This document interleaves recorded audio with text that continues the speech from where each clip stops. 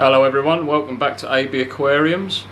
In today's video I'd like to talk a little bit about algae and how you should just embrace it rather than trying to get rid of it and scrub it away all the time.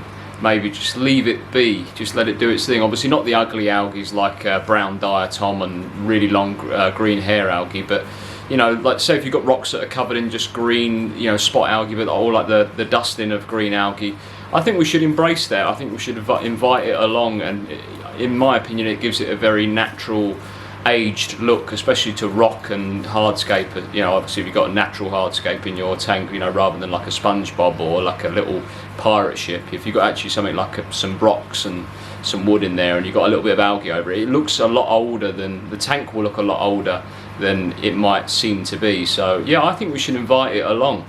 Not obviously, you know, try and grow as much as possible, but if you do get some come along and, you know, some algae's growing in there and it's getting a little bit, not out of hand, but it's growing nicely and it's manageable and it's not turning into hair algae or diatoms, then I would say that we should probably leave it be. I mean, what harm is it doing? It's adding that nice, like, natural look, and it's not, in my opinion, it's not ugly.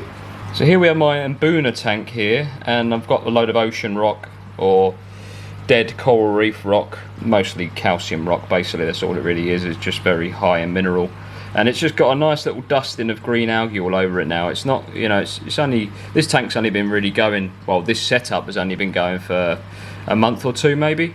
The tank itself's been going for a couple of years at least, but I've changed the setup recently to a Mbuna setup. They're all hiding now because I've just scared them a little bit, but yeah, all the rock was pure white when I put it in a couple of months ago. Well, not even that, less than 2 months ago I put it in, it was pure white, and now we've got that nice green, well, I think it's nice, that green haze all over the rock, just covering it nicely. There's a little bit of diatoms on some of the new rocks where I've added them, and they're just getting that first stage of algae, but that will be cleared up by the Siamese algae is in no time at all. Which there's two of those in there. One of them's a flying fox and one of them's a Siamese algae eater.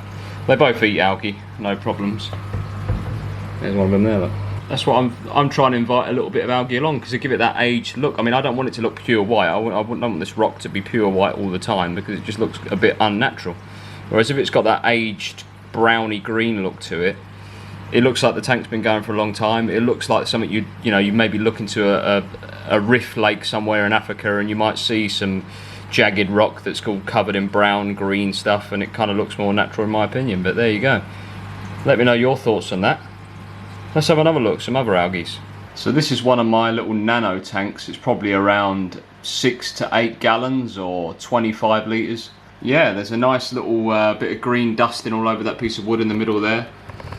I think it's nice anyway. It's just got that nice dusting of green all over it. There's that many snails in here, it doesn't really turn into much more. There's a little bit of hair algae, but again, I quite like that as well. It blends in quite nicely with the moss that's going a bit mental. I kind of let this tank go because it's mainly a shrimp tank. There's a few endless in here, but the shrimp are breeding like mad.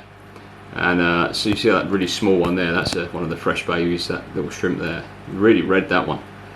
And that one there as well, just the same. But yeah, I let the algae go a bit wild. I cleaned the front glass panel off, maybe the sides.